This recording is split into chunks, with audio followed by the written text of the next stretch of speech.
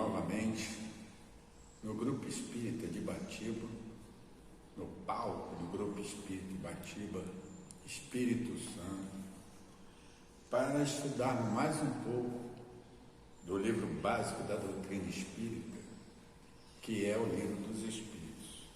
Como sabemos, é o livro básico que gera 4 livros: o Livro dos Médiuns, o livro Evangelho segundo o Espiritismo, Céu e Inferno e Gênese, que serão estudados posteriormente após termos o conhecimento do Livro dos Espíritos. Porque não adianta estudar esses livros sem ter a base, e a base é esse livro aqui, o Livro dos Espíritos. Ele fala sobre Deus, fala sobre Espírito, fala sobre matéria, e como nós estamos recordando, existem 3 coisas nos universos: Deus, Espírito e matéria. E juntando isso tudo, interligando isso tudo, o fluido cósmico universal, que é o que liga todas essas situações. E a partir dele é que a matéria pode ser animalizada, ou seja, ter vida. Esse fluido cósmico universal, que alguns chamam o hálito de Deus, não é? Deus Pai e Mãe. E nós vamos estudar esse princípio vital, esse livro que envolve a todos nós, nos comunica uns com os outros e que dá sentido a tudo. Então é o princípio vital que dá vida à matéria, e estamos todos envolvidos nela. Também é naturalmente criação do nosso Pai. E as perguntas que se seguem é seres orgânicos e seres inorgânicos. Que são seres orgânicos? Aqueles que têm vida, é a matéria que tem vida. E os inorgânicos é aqueles que não têm vida, por exemplo, o mineral, né? Então vem as perguntas. Nós vamos estudar o capítulo 4 do princípio vital. É a primeira, ainda é a primeira parte. Então vamos lá. Já estamos na pergunta 60. É mesmo a força que une os elementos da matéria aos corpos orgânicos e inorgânicos? E a resposta é sim. A lei de atração é a mesma para todos. Então o que une todos é a atração, é o princípio vital. A diferença entre a matéria do corpo orgânico e a dos inorgânicos: a matéria é sempre a mesma, porém, nos corpos orgânicos está animalizada. Essa é a diferença. Existe animação nos corpos orgânicos, é matéria. O princípio vital vem e ele torna-se animalizado. E aí vem outras perguntas, né? Como por exemplo, na pergunta 65, o princípio vital reside em alguns dos corpos que conhecemos? Ele tem por fonte o fluido cósmico universal. É o que chamamos fluido magnético ou fluido elétrico animalizado. É o intermediário, o elo existente entre o espírito e a matéria. Esse são as definições que, à medida que nós vamos estudando, entendendo melhor, né, elas vão se encaixando. Parece quebra-cabeça, mas como todo quebra-cabeça tem solução. Aliás, o objetivo do nosso estudo, de nós estudarmos, é o nosso crescimento, é o nosso desenvolvimento. Sem estudar, não há condição de nós nos desenvolvermos e continuar caminhando em direção a Deus. Muito bem. Na pergunta 68, nós vamos falar de a vida e a morte. Quando a gente fala em morte, as pessoas ficam até arrepiadas, não é? Como se a morte fosse uma coisa assim terrível. Na verdade, se nós nascemos, temos que morrer. Aliás, qualquer situação, A árvore é assim. Os planetas são assim. Existe a vida. Se nasceu, vai ter que morrer até para poder transformar. A morte é uma situação natural. Tem um livro do Richard Simonetti, que é um escritor espírita, muito engraçado, né? Que ele faz histórias crônicas com a morte. Muito interessante. É bom ler, né? Chama-se Quem Tem Medo da Morte? Richard Simonetti. Qualquer livraria espírita tem esse livro. Então ele cria situações cômicas, né? Até engraçado. Porque a morte é a nossa companheira constante.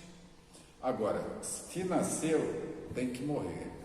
Só tem uma diferença. É que nós temos, exceto na situação de suicídio, nós temos prazo de validade. Eu, por exemplo, nasci. Eu tenho o fluido cósmico universal que me anima o corpo, mas ele tem um prazo de validade. Eu realmente não sei meu prazo de validade, mas deve estar perto. Né? Mas eu sei que vai chegar uma hora em que eu vou ter que devolver o meu corpo, ele vai se desmanchar e vai retornar. Tem uma pergunta aqui que fala sobre isso. O fluido cósmico universal vai voltar para a fonte de onde ele veio, e o corpo e a matéria vai se decompor e vai ser espalhado pelo universo, pelo nosso planeta, para ser reutilizado, né? Vai virar um tijolo, vai virar a nuvem, vai virar água, vai virar moléculas que irão compor outros elementos. Simples, né? Não sei por que a gente complica tudo. Então diz assim: qual a causa da morte dos seres orgânicos? Na pergunta 68. Muita gente fica questionando, por que as pessoas morrem? Ora, morre porque está na hora de morrer, para começo de conversa. E segundo, a resposta para essa pergunta é o esgotamento dos órgãos. Tem outra pergunta aqui que é 69. Por que uma lesão do coração mais depressa causa morte do que outros órgãos? Muito engraçado, muito interessante essa pergunta. Bom lembrar que no século passado, nós estamos no século XXI, no século XX, que eu sou bicentenário, né? Vim de outro século, foi quando foi feita a primeira operação de transplante de coração. Esse médico, cirurgião, era lá da África do Sul, se não me engano, se a memória não me falha, chamava-se Christian Barnard.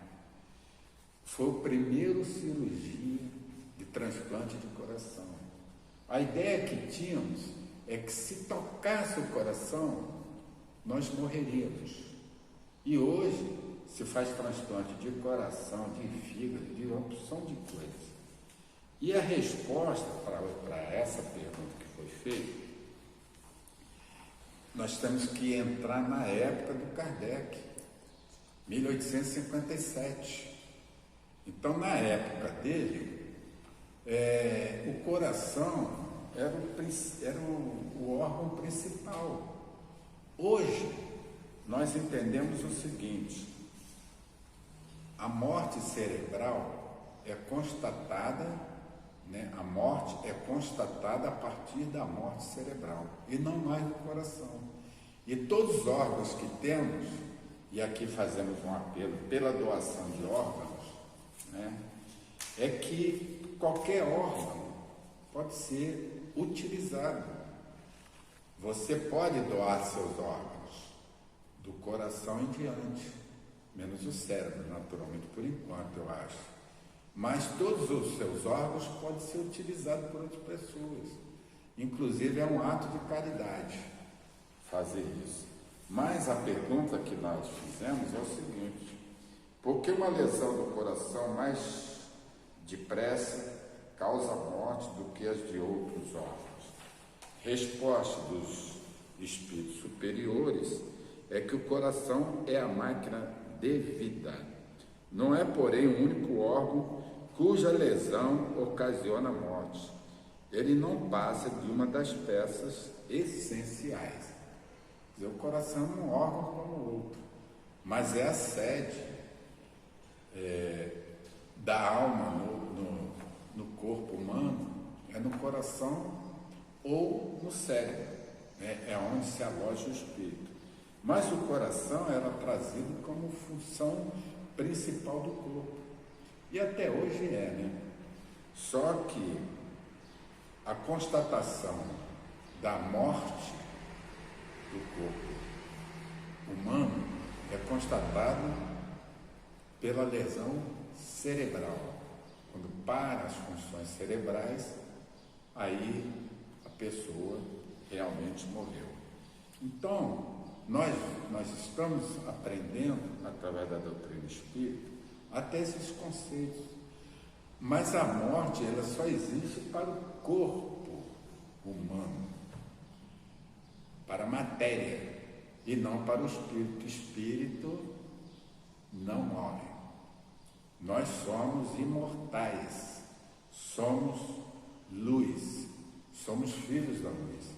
Então, nós fomos criados num certo momento e seremos imortais até, quem sabe, o infinito nos aguarda. Mas temos que caminhar através das reencarnações em direção ao nosso Pai. Até estaremos estudando em breve a hierarquia dos espíritos, até nos transformarmos em espíritos puros. Por enquanto, temos os nossos defeitos. Outra pergunta é uma constatação daquilo que eu falei na pergunta 70, que é feito da matéria e do princípio vital dos seres orgânicos quando estes morrem. A matéria inerte se decompõe e vai formar novos organismos. O princípio vital volta à massa de onde saiu. Existe lá um lugar onde está o princípio vital. No momento que a matéria precisa ser animalizada, esse princípio vital passa para a matéria e ela vira orgânica.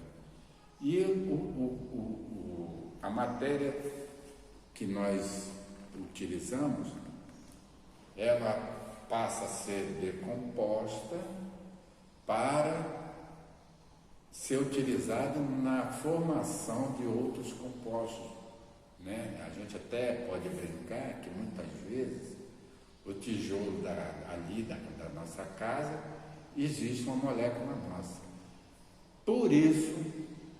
Por essa razão, é que o conceito de ressurreição não é válido, porque ressurreição pressupõe que todas as moléculas que saíram do seu corpo vão ter que ser unidas novamente para reformar de novo o seu corpo.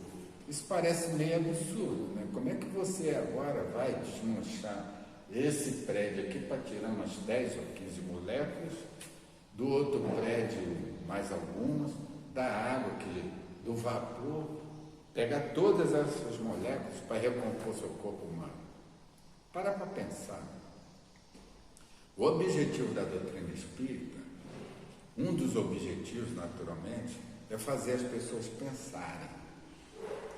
E ela tem uma lógica, a lógica do nosso Pai, Deus Pai e Mãe. Nós temos que pensar. Tem certas coisas que são tão absurdas que nós começamos a questionar. Esse é o processo do despertar. O que é absurdo não é lógico, nós temos que parar para pensar, analisar, será que o que esse cara falou está certo? Mas se você parar para pensar, ressurreição é absurdo, é mesmo que anular a lei da gravidade, né? As pessoas duvidam muito, até de espíritos, Ah, mas espírito a gente não vê. Eu pergunto a você, você vê a gravidade? Mas você sabe que existe, né? A Terra é redonda. Como é que você sabe que a Terra é redonda? Quem te falou? Você estudou, você leu nos livros de geografia e tem as provas da curvatura da Terra. Agora nós temos instrumentos que fotografam o nosso planeta a partir dos satélites. E aí você vê que ela é redonda. Não só é redonda, como está solta no espaço, aparentemente sem controle. Eu disse aparentemente, porque se você analisar o universo todo, vai ver que todos os corpos celestes estão à deriva. Parece que estão à deriva, mas esses corpos celestes obedecem às leis maiores, às leis, por exemplo, de Newton, foram descritas por Newton. Lei de atração, lei de repulsão, gravidade, né? Tudo isso são leis que Deus criou para que os universos estejam funcionando para a finalidade que foram criados. Você sabe para que foram criados os mundos? Para nós espíritos, para podermos nesses mundos crescer e cada vez ir mais em direção ao nosso Pai. Ele está esperando a gente lá. Depende de nós a velocidade com que vamos. Mas a caminhada do Espírito, ela é sempre e eternamente até chegarmos à condição de não mais, pelo menos, reencarnar aqui. Aí seremos espíritos puros e poderemos andar pelo universo, trabalhando, estudando, conhecendo cada vez mais os objetivos da nossa vida. Esse é o objetivo principal, um dos objetivos da doutrina espírita. Estudar, entender o que estamos, por que estamos aqui, são as perguntas, é a parte filosófica. O que estou fazendo aqui? Para onde vamos? De onde viemos? E para onde iremos ao sairmos daqui? Olha só tanta coisa interessante. Você acha que o que você aprendeu até agora é o suficiente? Eu digo para você que não. Não é nada em comparação ainda com o que temos a aprender. Nós mal conhecemos ainda o nosso planeta, o planeta Terra, que nós chamamos de Gaia. Poxa, 3/4 do planeta é água e alguém já conhece todos os oceanos? Ainda não. Nós queremos olhar para o céu, mas ainda não conhecemos a nossa Terra. Então nós temos que primeiro conhecer a nossa Terra e principal, né? Temos que primeiro nos conhecer. Você já se conhece? Você sabe quem é você? Você sabe os seus defeitos?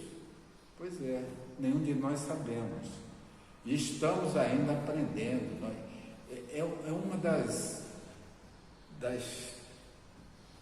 coisas que precisamos assimilar, não só rapidamente, mas com urgência, é a nossa transformação interior.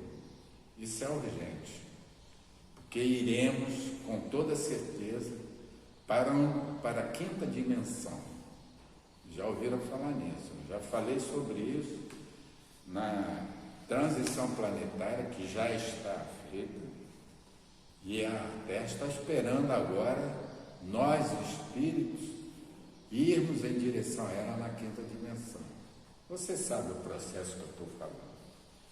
Principalmente quem é espírita, sabe do processo que eu estou falando. Mas é urgente que nós façamos as nossas mudanças interiores. Que a 5ª dimensão não é como essa dimensão que nós estamos. Lá, o tempo existe passado, presente e futuro. Lá só existe o presente, o agora. E nós temos que aprender a conviver com isso. É difícil? Eu acho que é. Senão os espíritos não estariam nos alertando para nós nos prepararmos para isso.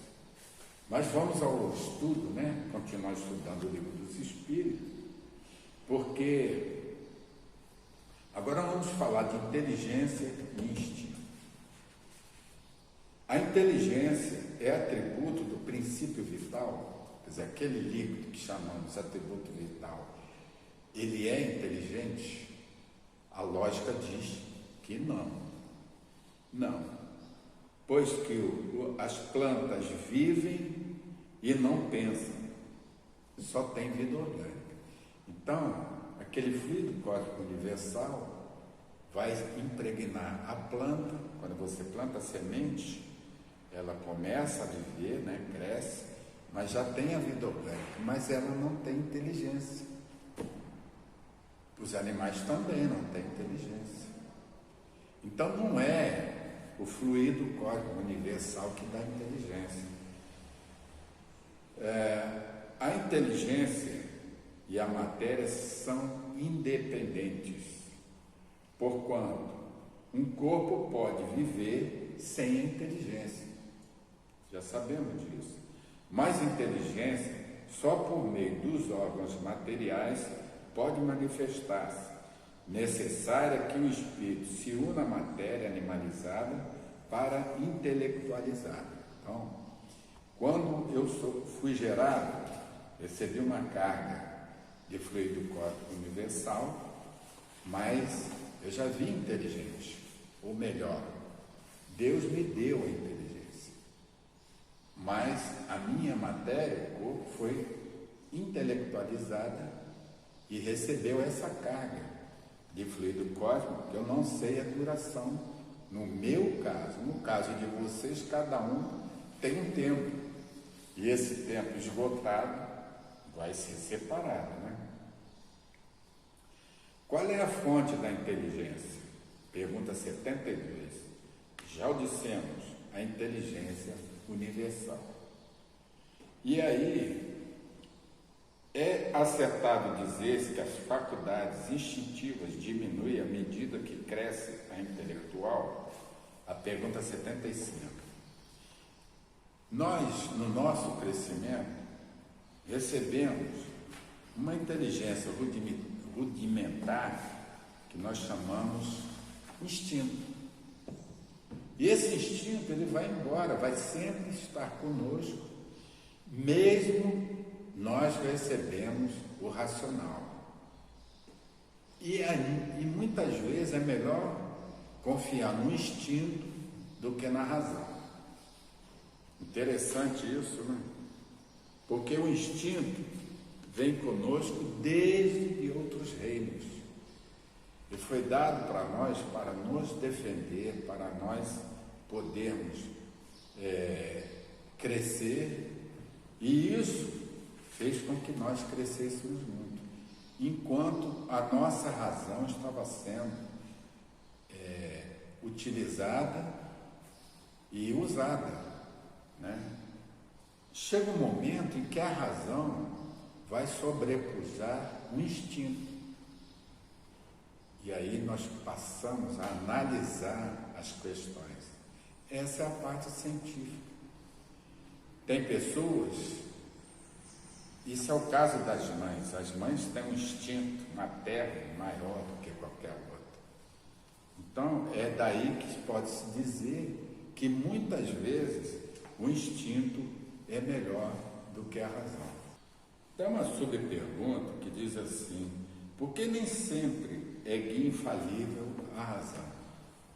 Quer dizer, a gente não pode sempre confiar na razão, porque tem um instinto que já veio com nós, que nos mantém espertos, é um guia infalível, é o instinto. E a razão não, a razão ela vai se desenvolvendo à medida que nós desenvolvemos. É uma inteligência. A resposta para essa pergunta, que a razão seria infalível se não fosse falseada pela má educação, pelo orgulho e pelo egoísmo. O instinto não raciocina, a razão permite escolha e dá ao homem o livre-arbítrio. O nosso defeito é esse, o livre-arbítrio. Quando o Pai nos criou, Ele nos deu o livre-arbítrio. E aí,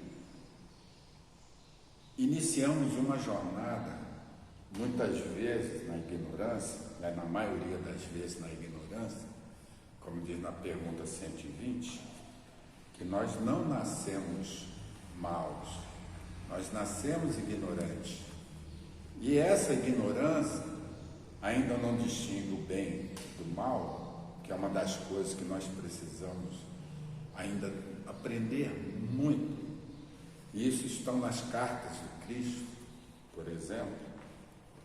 Você pode ler as cartas de Cristo, que são 9, e começar a estudar o que é o bem e o mal, e a gente vai ter surpresas, porque nós achamos que fazer caridade é só fazer caridade, mas nem sempre é assim. Nós aprendemos muito com estas cartas, quando Jesus nos ensina que para fazer a caridade você tem que olhar no olho do outro e perguntar o que ele quer. Não é isso que Jesus fazia quando perguntava lá para aquele ceguinho: o que é que você quer?